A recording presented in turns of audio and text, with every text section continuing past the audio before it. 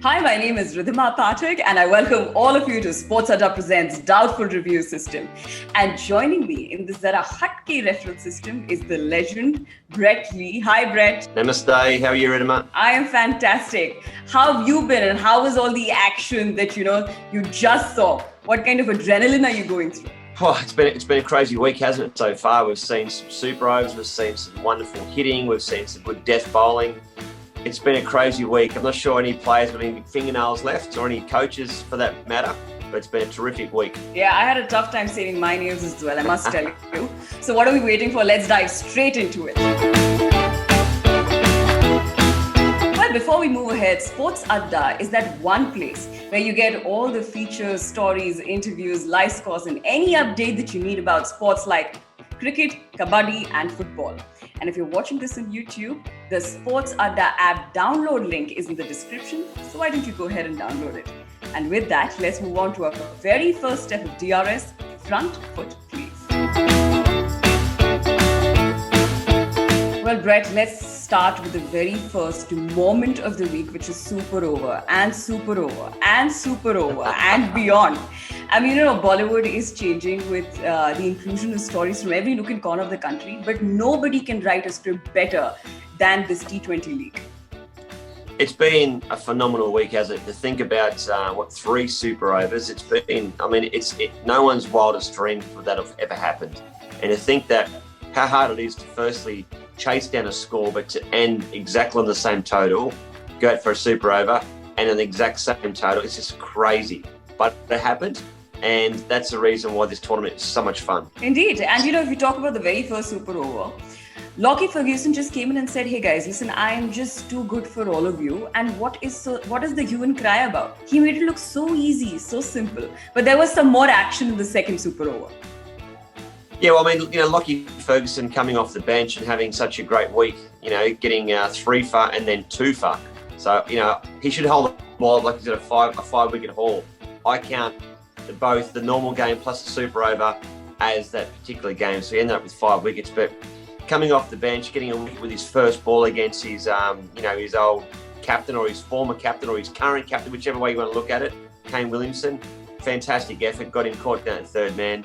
But just to hold his nerve, to bowl at the death, to bowl those beautiful Yorkers was fantastic from him. Indeed. And also, a word for the Indian bowlers in the super over, Brett. Jasprit Bumrah and Mohammad Shami. Both of them neck to neck and then dragging it into the third super over. Incredible.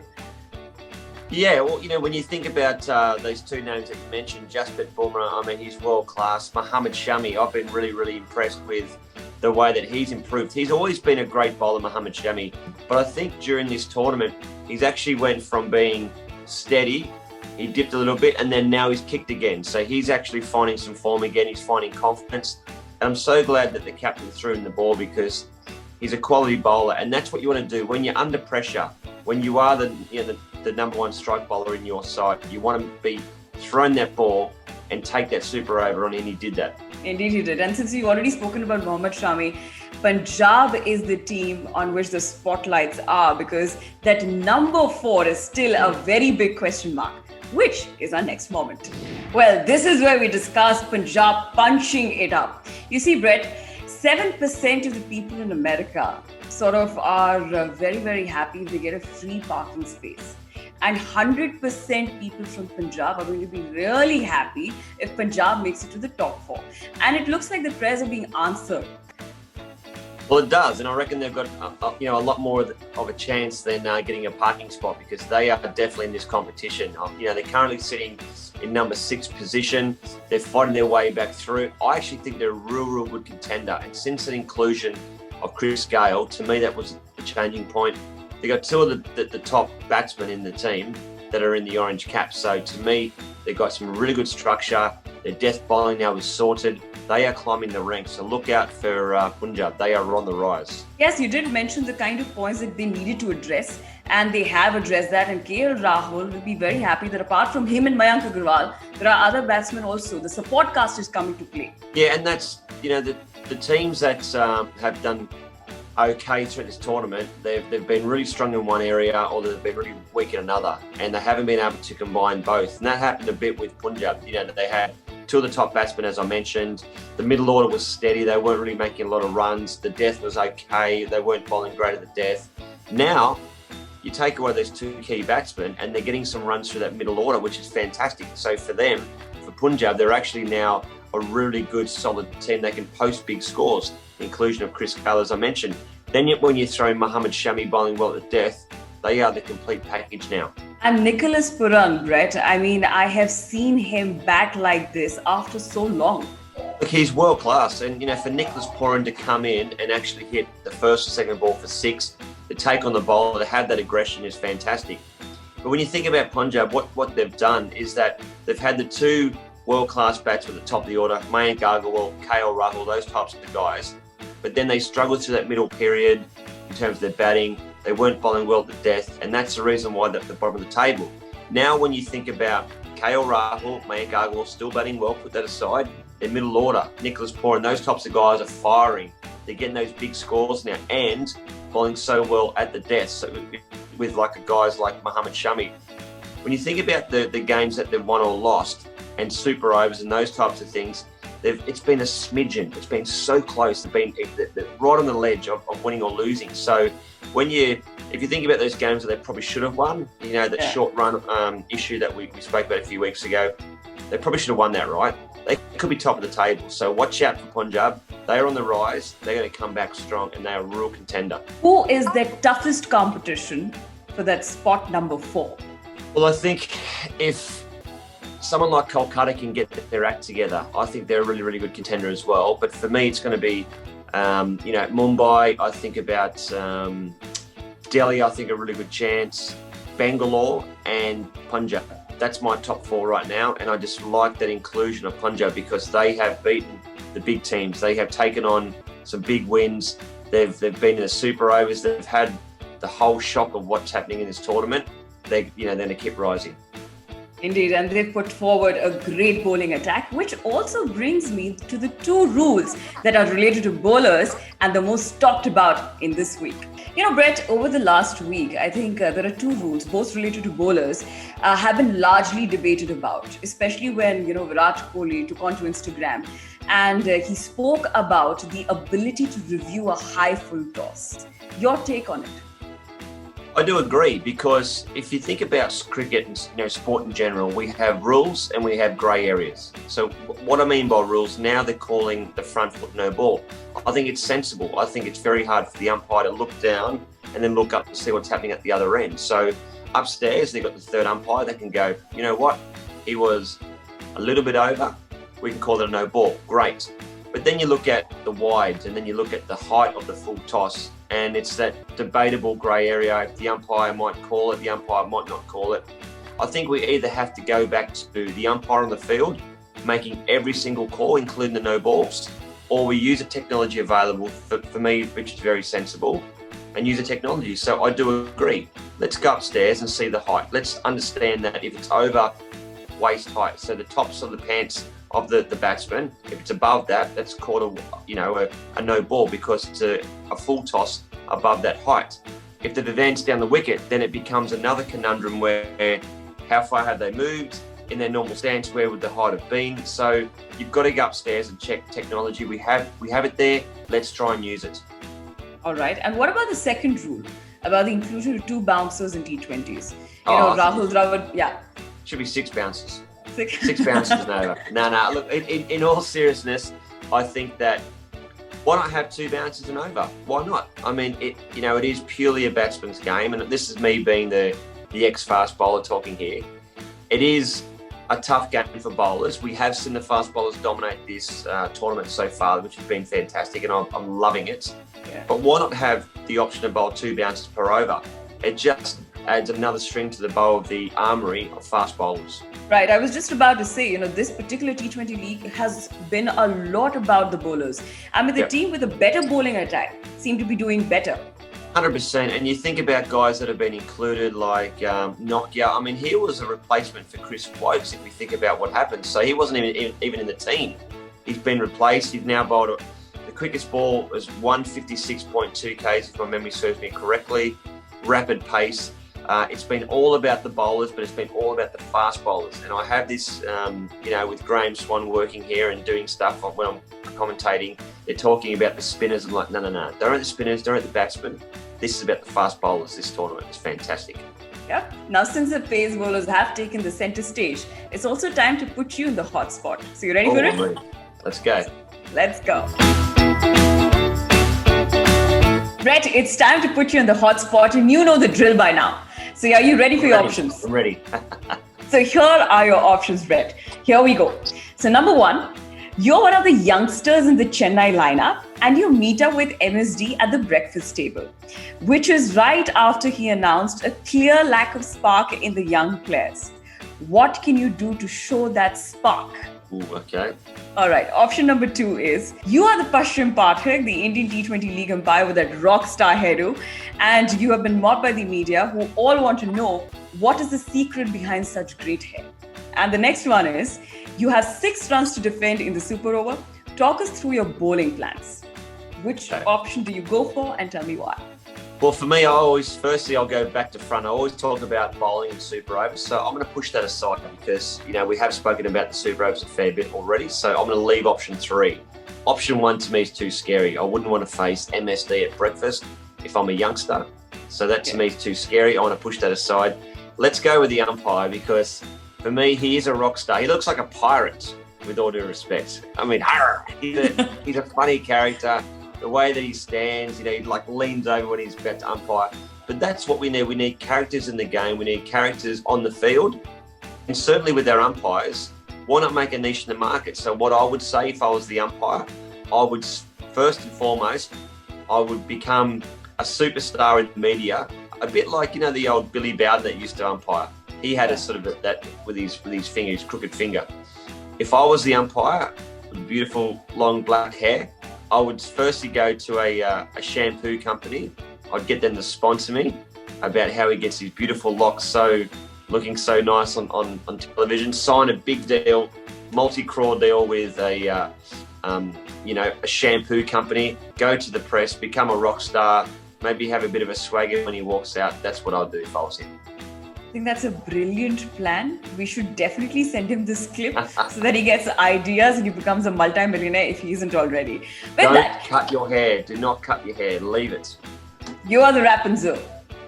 All right. Exactly. So since you have taken the super overs aside, just to get some stories, tell me some stories about, your stint with the, Sydney Sixers and bowling in the super overs. What would go through your head, and, what plans did you have for them? Well, I think when you bowl in a super over, which I have done on a couple of occasions, there's games where I've lost and there's games where we've won. And I've always wanted to put my hand up and say that I want to be the guy that bowls a super over because that's the reason why you train. That's the reason why you want to put yourself in those situations under pressure. So for me personally, the super over for me, if I'm trying to set the target, so if we bowl first, I generally go 10 runs or under. Normally like a single figure. If I get, let's call it 9 or below, we're in this game. 10 or above, I believe is probably too many. Now, the batsmen around these days can get 20, 25 runs off and over. So when you think about 10 runs or 9 runs or below, that's good. And I focus on what's my best ball to bowl. Where do I want the ball to go? And how do I want to get the batsman out or just defend? And for me, it's the Yorker. So I try and take the batsman out of the equation. Don't worry what he's doing. If he's walking around or lapping, I have the right field. I have my fine leg back and I zero in that Yorker. A bit like what we saw with Lockie Ferguson, Mohammad Shami, those types of guys. Back yourself, commit to what you're doing, take the batsman out of the equation. If the batsman's lapping, hitting you for 6, then you go to plan B. Yeah, this is exactly what I wanted to ask you, Brett.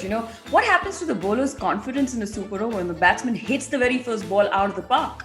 I think you have to understand that, T20 cricket is a game where, you will go for 4s and 6s. I always say, leave your ego at home, put it in the safe, leave it there, pick it up when you get back after the game, because you have to understand that if the first ball, as you said, goes for 4 or 6, you can't panic. And what you don't want to do either is have, 8 people standing around you saying, bowl the Yorker, bowl the bouncer, bowl the slow ball bouncer, bowl the wide line Yorker, bowl the full toss. So you want to be able to be nice and clear. Aram se, relax, take a deep breath, focus on what you're doing, clear plans, speak to the captain. Right, this is what I'm going to bowl. This is what I'm going to try and do. If I'm bowling a wide line Yorker, for example, have my third man at like a first slip line, but on the fence. Have another third man behind deep point.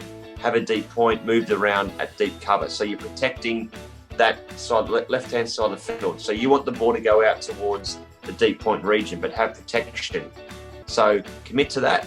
And if you bowl the perfect Yorker and the batsman hits you for 6 somehow, you go, you know what? That's just cricket.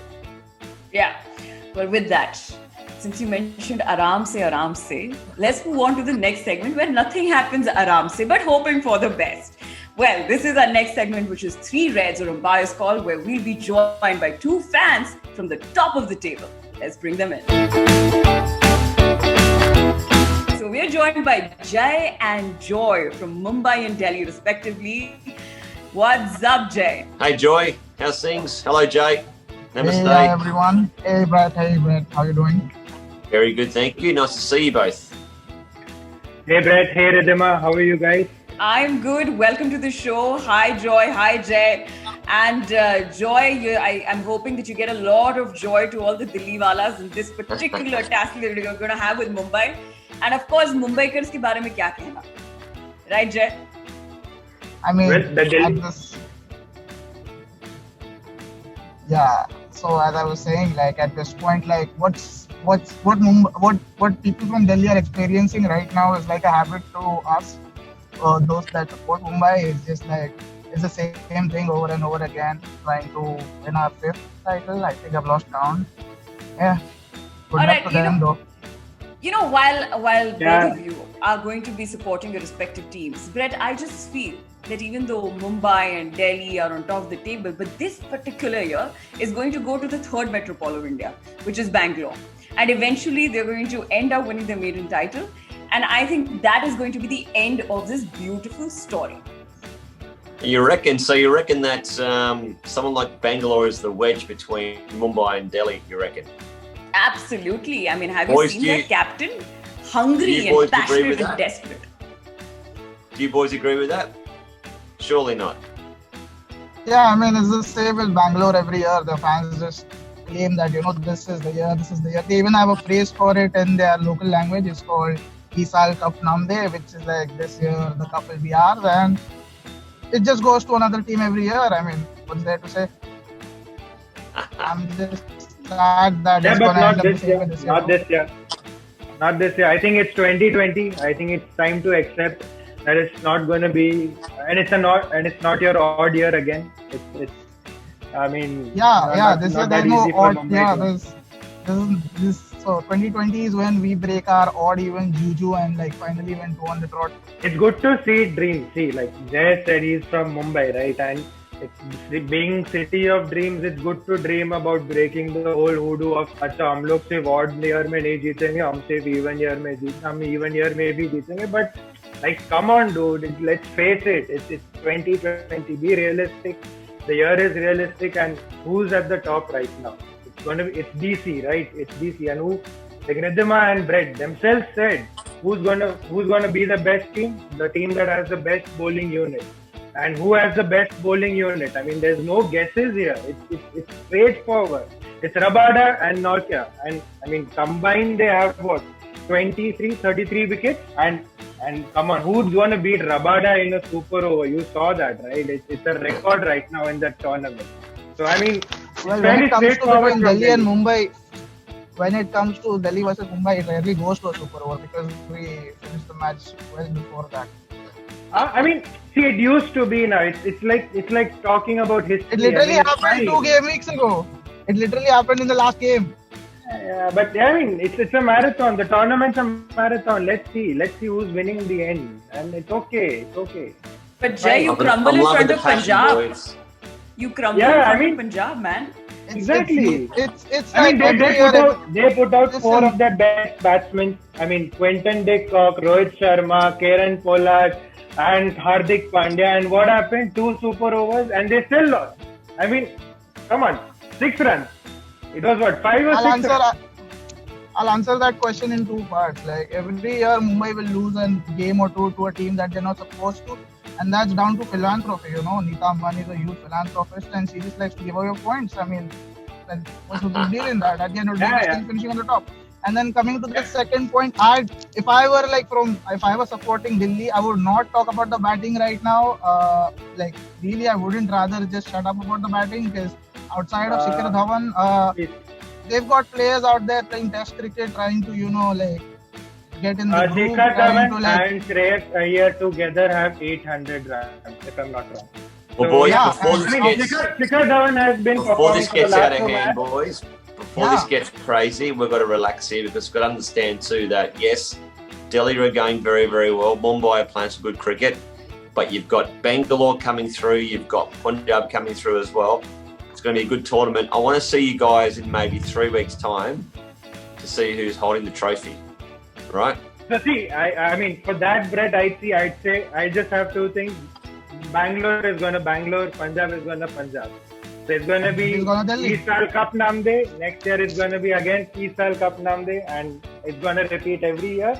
And Punjabis, I mean, what do I say? I mean, they can come to the semi-final once like they've come before, but yeah. All right. Well, Ridhima, there you go. They've got some real good passion with the fans, and they believe in their teams, which is fantastic. No, you're not doing this to me again, Brett. Are you really doing this to me again? I've got to go 3 reds. You have to take back your sentence because the passion that Joy has shown, the passion that Jay has shown, these two teams, when you think about Mumbai and Delhi, they are contenders to win this tournament. So please take back your sentence. 3 reds. I'm just going to wait for a diehard Bangalore fan to come on the show and support me. Because there I will have some valid statements, and for now I'll take it back because just of the sheer passion that these guys have. But I need a Bangalore fan, and I know that Virat Kohli and his captaincy is going to come on top. But thank you so much, guys. I think you guys just spice it up, and I love this segment for the kind of fans we get on a show. Good work, boys. Good luck. Thank you, Brett. Thank you, Ridhima. Thank you, guys. Joy. All the best to you and your teams. All right, Brett, I have to ask you before we close curtains on this show. Out of Virat Kohli, Rohit Sharma and Shreyas Iyer, whose captaincy this season has been spot on? Rohit Sharma's been there, done that. He's held up trophies in this particular tournament. Virat Kohli hasn't, but still a great leader, got a great team around him. Shreyas Iyer, I think with the youth, with the injection of that youthfulness, that fearlessness, I'd have to go Shreyas Iyer with Delhi because it's the youth coming through today that they just go what they have to do. They play the game in a different style, different pace. For me, it's Shreyas Iyer. Well, what can I say? I cannot agree with you more. And with that, thank you so much for joining us. I hope you had a blast. Always. It's always a pleasure. Indeed, the pleasure's all mine. And once again, thank you so much, Brett. I'm going to see you next week. And let me remind you all, on Sports Adda, you have daily fantasy winnings up to rupees 10,000. Not only that, there are also a lot of cricket-related games where you can win big. And let me also remind you that there are Bretley signed caps and hats and, of course, balls that you can also win. So don't forget that. So you can just tune into the app and start playing. And with that, I'm going to see you next week. Thanks, Ridhima. No more super overs, please. See you soon.